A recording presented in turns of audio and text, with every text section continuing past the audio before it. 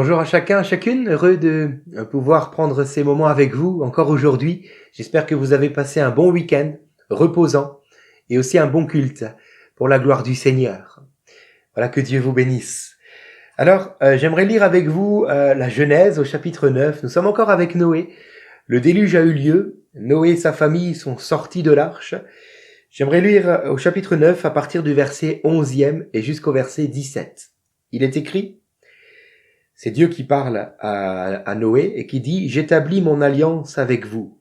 Aucune chair ne sera plus exterminée par les eaux du déluge, et il n'y aura plus de déluge pour détruire la terre. » Et Dieu dit « C'est ici le signe de l'alliance que j'établis entre moi et vous, et tous les êtres vivants qui sont avec vous pour les générations à toujours. J'ai placé mon arc dans la nue, et il servira de signe d'alliance entre moi et la terre. Quand j'aurai rassemblé des nuages au-dessus de la terre, l'arc paraîtra dans la nue, et je me souviendrai de mon alliance entre moi et vous, et tous les êtres vivants de toute chair, et les eaux ne deviendront plus un déluge pour détruire toute chair.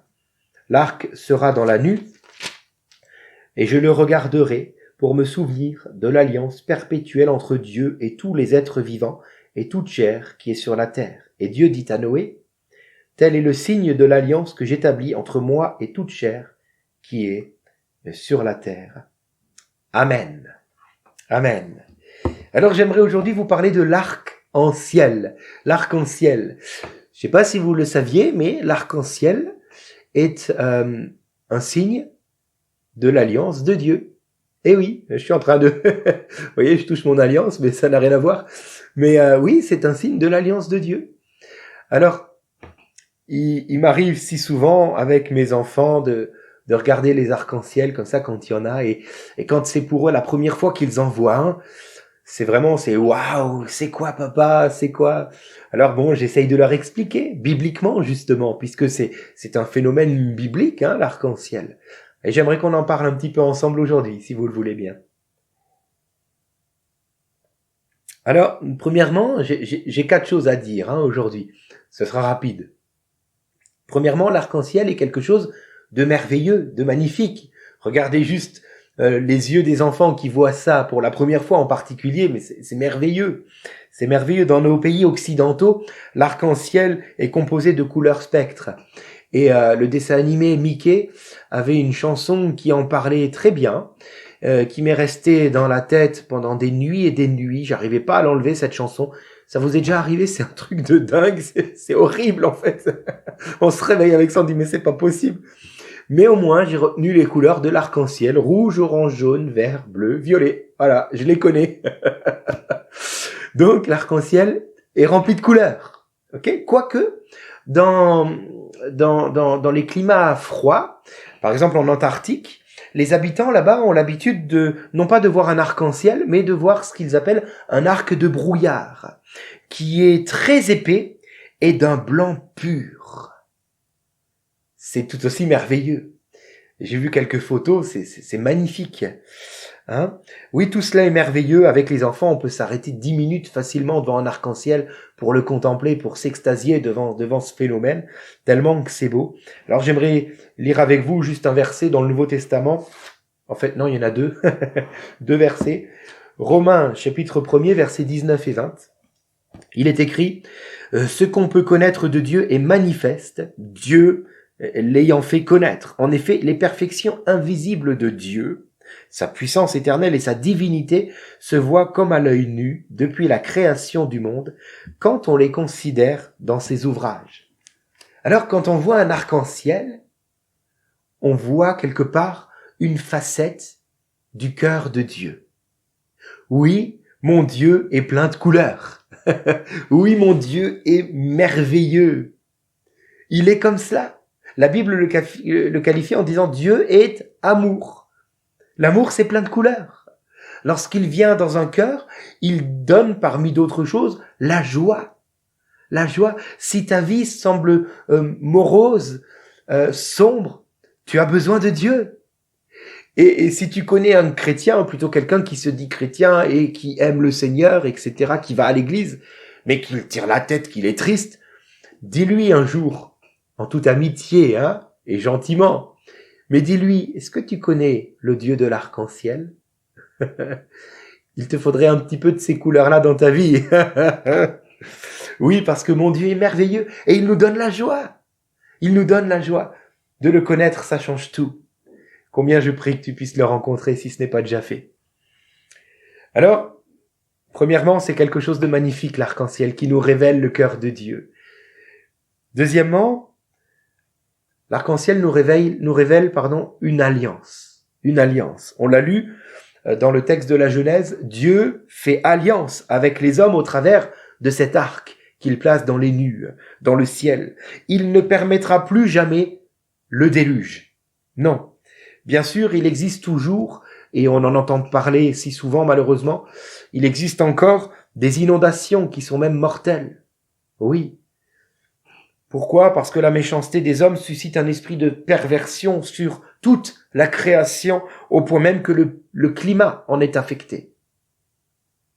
Mais Dieu ne permettra plus un déluge sur la terre entière qui emportera l'humanité. Non. Non.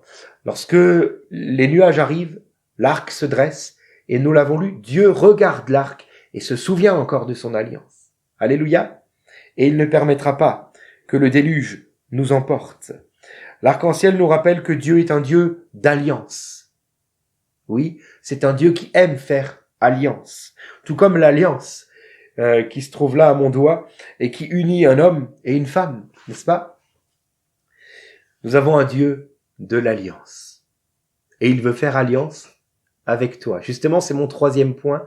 L'arc-en-ciel est une invitation pour les incrédules, pour ceux qui n'ont pas encore cru en Dieu. Peut-être me direz-vous, mais Thomas, l'arc-en-ciel comme une alliance, c'est moyen quand même parce que c'est qu'un demi-arc, donc c'est pas vraiment un anneau. Bon, je joue un peu sur les mots, hein, c'est vrai. C'est vrai, quelque part vous avez raison, mais tout comme Dieu regarde, nous sommes nous aussi appelés à regarder pour trouver l'autre moitié qui manquerait. D'ailleurs, si vous regardez bien un arc-en-ciel, vous l'avez peut-être déjà constaté, il y en a toujours un deuxième, un petit peu au-dessus, un peu plus éloigné et qui est moins manifeste à l'œil, qui est moins visible. Mais si on regarde attentivement, on va le discerner, on va le voir. Il y en a un deuxième, comme une invitation à trouver une alliance supérieure à l'arc-en-ciel. Une alliance qui va au-delà, qui est plus grande.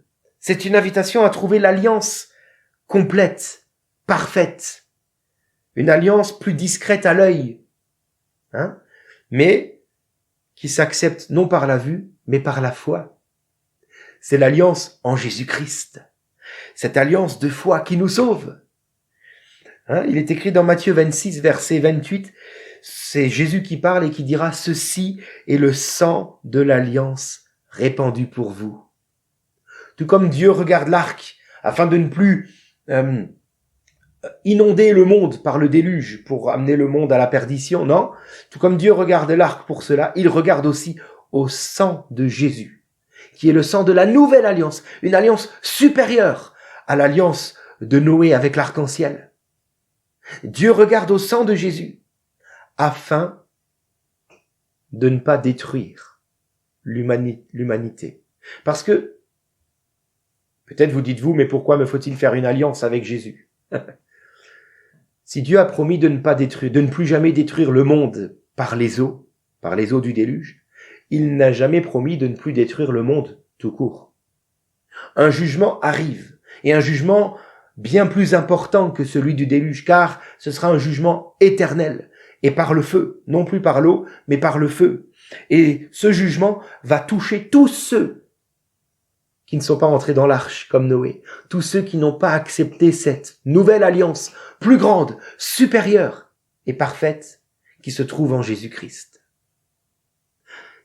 L'arc-en-ciel est donc une invitation à découvrir une alliance supérieure, à découvrir que Christ est mort pour nos péchés et son sang nous donne un libre accès jusqu'à Dieu, afin qu'au jugement dernier, nous ne soyons pas mis à mort, excusez-moi de le dire, mais que nous soyons sauvés, tout comme Noé a été sauvé par l'arche.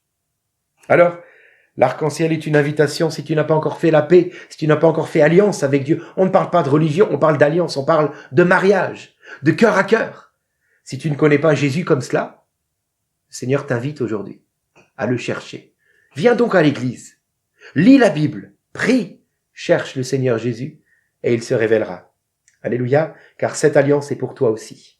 Et puis dernièrement, l'arc-en-ciel est un rappel pour nous, les croyants, c'est-à-dire ceux qui connaissent Jésus de cœur à cœur, qui ont fait alliance avec lui. C'est un rappel, car sans pluie, point d'arc-en-ciel, n'est-ce pas?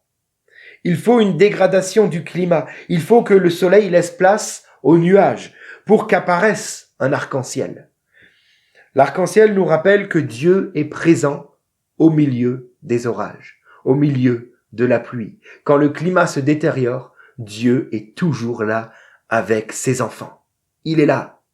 Mettons-nous un instant, pour terminer, à la place de Noé, qui a connu le déluge, qui a connu cette dégradation du climat. Certainement qu'après le déluge, dès qu'il devait voir des nuages se mettre ensemble dans les cieux, dès qu'un orage devait se former, certainement qu'avec ses enfants, il devait craindre en disant « Seigneur, aie pitié de nous, qu'il n'y ait plus le déluge ». Mais non, en réalité, il ne craignait pas. Pourquoi? Car de suite, il voyait cet arc-en-ciel qui apparaissait. Et il savait que non, ce n'est pas une pluie qui va former un déluge. Car Dieu est là. Dieu est là. Et Dieu a promis que le déluge ne viendrait plus. Alors l'arc-en-ciel rappelle à tout enfant de Dieu qui a fait alliance avec Jésus-Christ. Il rappelle avec force cet arc-en-ciel. Non, je suis là avec toi dans tes épreuves et je ne permettrai pas que l'épreuve dépasse tes forces. Amen. Que Dieu t'encourage, mon frère, ma sœur. Il est avec toi dans ton épreuve. Seigneur, je prie pour nous que cette leçon de l'arc-en-ciel résonne dans nos cœurs. Tu as parlé à chacun certainement d'une manière différente. Je prie donc que nous puissions réfléchir maintenant. Réfléchir à tout ce que cela représente pour nous aujourd'hui. Merci pour l'alliance en Jésus-Christ, qui est une alliance d'amour, de cœur à cœur. Et oui, nous n'avons plus rien à craindre si nous sommes à toi, Jésus, car tu es avec nous et tu veilles sur nous. Que ton nom soit béni. Amen. Voilà, je vous souhaite une très bonne journée et je vous dis à demain.